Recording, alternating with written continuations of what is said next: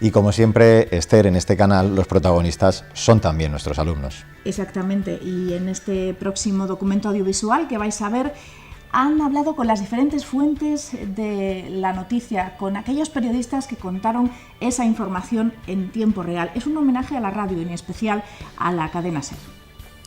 Vamos a poder conocer lo que se vivió dentro de esa noche del Congreso de los Diputados con sus protagonistas.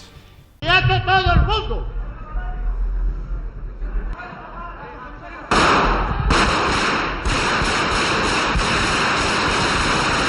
Se trataba de elegir al sustituto de Adolfo Suárez. Era el presidente Leopoldo Calvo Sotelo el que le iba a sustituir y se sabía. Hubo una votación en el Congreso que no obtuvo la mayoría necesaria, y entonces 2 días después se celebraba otra nueva votación en la que ya se iba a obtener con mayoría simple el nombramiento de Leopoldo Calvo Sotelo. Sencillamente estábamos grabando la rutina de un acto cuyo desenlace conocíamos cómo iba a ser y que por la noche íbamos a recoger en el telediario. Entonces yo estaba recibiendo aquella información. Yo en mi despacho tenía un montón de monitores, los monitores de las señales que se reciben, una es Eurovisión, otra los partidos que están grabando, y una era la señal de ese acto que estaba celebrando en el Congreso. Quiero decir con esto que cuando ocurrió lo que habéis visto muchas veces, yo fui el único que no estaba allí dentro que lo vio en directo. Y ahora os invito a que os imaginéis esa escena que habéis visto muchas veces sin saber cómo acaba. Don Manuel Núñez en Cabo.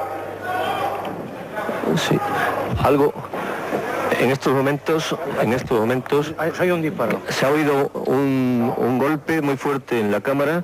No sabemos lo que es porque se ve la policía, la Guardia Civil entra en estos momentos en el Congreso de los Diputados. Pues veo que un teniente coronel sube por la tribuna con la pistola en mano y voy narrando todo eso, que apunta al presidente del Congreso, se vuelve, entonces cuando dice quietos todo el mundo, yo bajo desde mi sitio, que era el último de la tribuna de prensa, para tener más campo de visión de todos los diputados, bajo hasta donde estaba una columna, donde hay una columna, y desde allí poder seguir narrando. Y allí sigo narrando lo que medianamente puedo, hasta que un tirón del cable mío, del micrófono, me vuelvo y era mi compañero que estaba viendo cómo un guardia civil entraba por detrás y yo no me percataba porque claro, yo estaba a lo mío.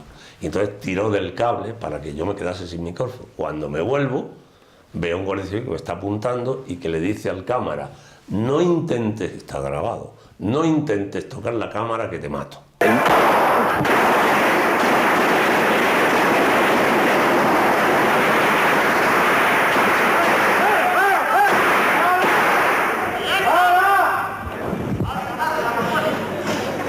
Cuidado, no intentes tocar la cámara que te mato, Tú oyes eso, oyes todos los disparos que hay, oyes a una compañera, María Antonia Iglesias, que dice: se han cargado medio parlamento. Pues se te queda la sangre, se te queda. Pues ya te puedes imaginar, helada por completo. En ese momento lo que piensas es que está aconteciendo algo allí y que aquello tiene que sonar y que los oyentes tienen que saber qué es lo que pasa.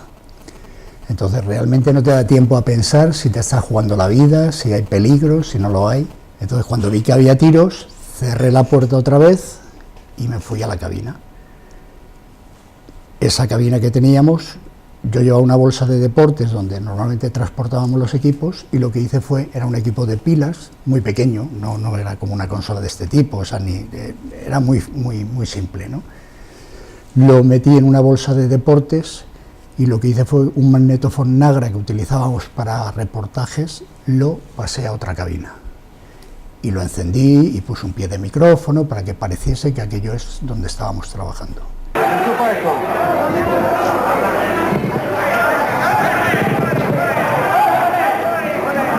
Y ahí agachadito estaba yo con el cámara.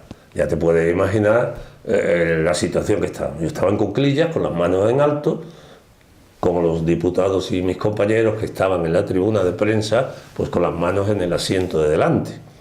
Entonces a los 20 minutos o un cuarto de hora, no sé, de estar así en cuclillas, le dije a ese guardia civil: ¿puedo sentarme en mi sitio? Y me dijo: ¿cuál es su sitio? Se lo expliqué. Y dice, lo miró y dice: no, ahí para mí, siéntese usted al lado. Pero yo vi mi micrófono, el que me habían arrancado, en el suelo, muy cerca de la cámara.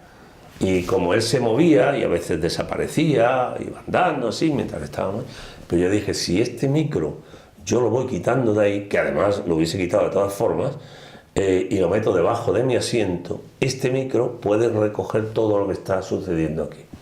Y fue lo que hice, poco a poco yo me agachaba, cuando no estaba, tiraba del cable y lo iba arrastrando, él entraba y yo decía, como se fije, dirá, pero si este micro antes estaba aquí y ahora resulta que está aquí y ahora resulta... Y así lo fui subiendo por las escaleras, los escalones esos que había, 3 escalones, hasta que lo situé delante mío. Y cuando ya al cabo de no sé cuánto tiempo, 1 hora o 2 horas, no sé cuánto fue, nos dejaron salir, yo lo guardé bien, yo dije, esto se oye, si está conectado con la SER, si sigue con la central, esto se está escuchando.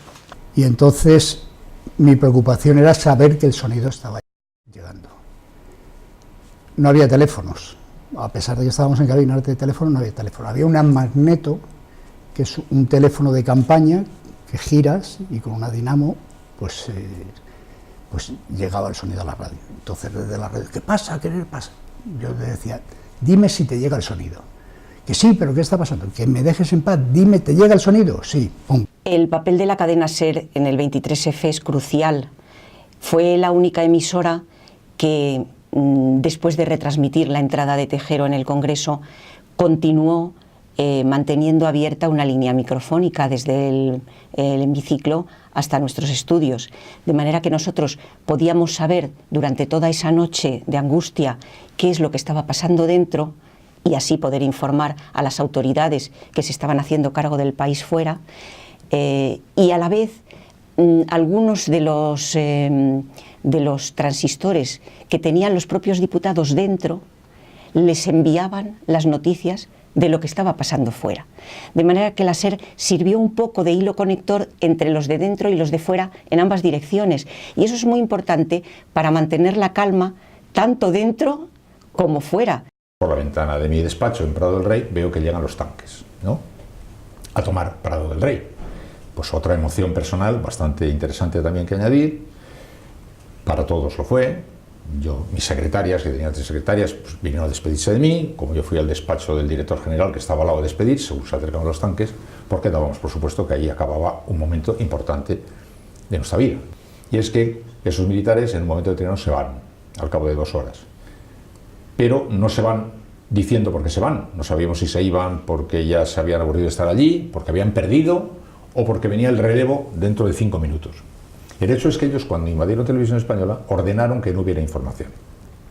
Y por tanto, al marcharse, como no dijeron por qué se iban, no sabíamos si seguía en vigor la orden de prohibido hacer información. Y entonces, el director general y el director de Radio Nacional y yo nos reunimos, tomamos la decisión de, aunque han dicho que no se dé información, vamos a empezar a dar información, porque mientras tanto Televisión Española estaba poniendo documentales y peliculitas. Y entonces decidimos eso. Pero como no sabíamos si aquello llevaba aparejado algún riesgo, entonces en vez de encargarle a un director de un programa, al director de un telediario o a un periodista de la redacción, decidimos hacerlo nosotros.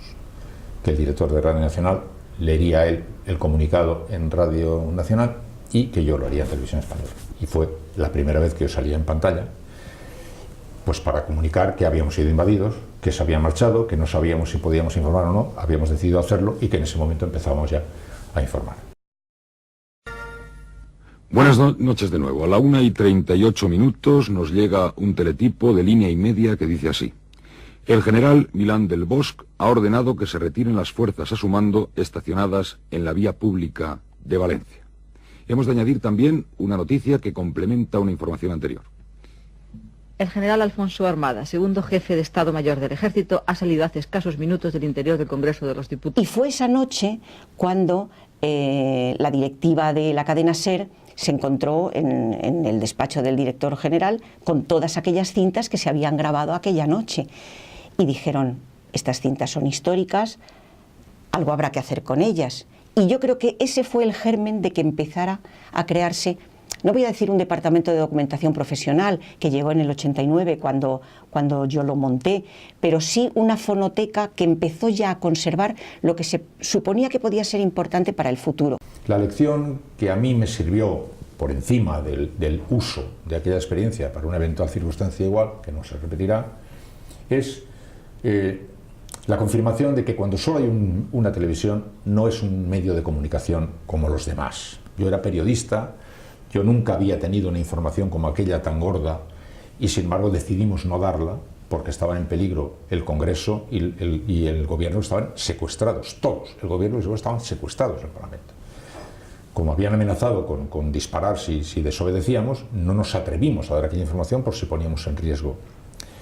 Para un periodista que tenía esa información y que nunca tendrá una mejor, aceptar que eso no se emita porque hay un bien superior es algo importante. Y yo descubrí que yo estaba de acuerdo.